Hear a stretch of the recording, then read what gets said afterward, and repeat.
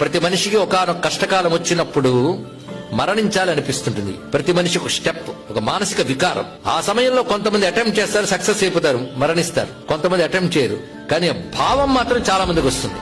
ఇప్పుడు బాధాకరమైన అంశం ఏంటంటే దేశ విదేశాల్లో కూడా అనేక హాస్టల్స్ లోను చదువుకుంటున్న విద్యార్థులు మానసిక క్షోభ తట్టుకోలేక ఆత్మహత్యలు చేసుకుంటున్న కేసులు ఎక్కువయ్యాయని పెద్దవాళ్లు చెప్పడం జరిగింది. అందుకే ఎప్పుడు కూడా ఇలాంటి పురాణ కథలు తెలుసుకున్నప్పుడు దుఃఖానికి మరణం పరిష్కారం కాదు, ఇది తెలుసుకోవాలి. ఎందుకంటే అనుకోని దుఃఖం వచ్చిందని నువ్వు మరణించాలనుకుంటున్నావు, కానీ అనుకోని దుఃఖం వచ్చినట్లే అనుకోని సుఖం రావచ్చు కదా ఇవాళ కాకపోతే రేపు. ఆ సుఖం అనుభవించిన బ్రతుకుండాలి కదా. కనుక అన్నిటికంటే విలువైనది జీవితం. ఇది మన గ్రంథంలో చెప్తున్న గొప్ప మాట. ముందు వాల్యూ ఆఫ్ లైఫ్ తెలుసుకోండి. ఇక్కడ ఈ జీవితం హాయిగా బ్రతకాలి. కేవలం మరణించిన తర్వాత మాత్రమే కాదు, ఇక్కడ హాయిగా బ్రతికితేనే అక్కడ హాయిగా బ్రతుకుతాం.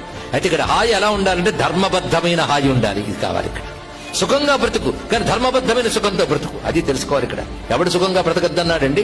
సుఖంగా బ్రతకడానికి ఆశ్రమాలు ఏర్పాటు చేశారు. గృహస్థాశ్రమం సుఖంగా బ్రతకడానికే, కానీ ధర్మబద్ధమైన సుఖంతో బ్రతకాలి. తర్వాత సుఖ త్యాగం చేసి జ్ఞానానికి ప్రాధాన్యం ఇచ్చేటువంటి ఆశ్రమాలు వయస్సులు మళ్ళీ వేరే చెప్పారు. అంత చక్కగా డివైడ్ చేసినప్పుడు సుఖంగా బ్రతకడానికి ఏమైంది? హాయిగా బ్రతకాలి. కానీ ఎట్టి పరిస్థితుల్లో కూడా శరీర త్యాగం చెయ్యాలనుకోకూడదు.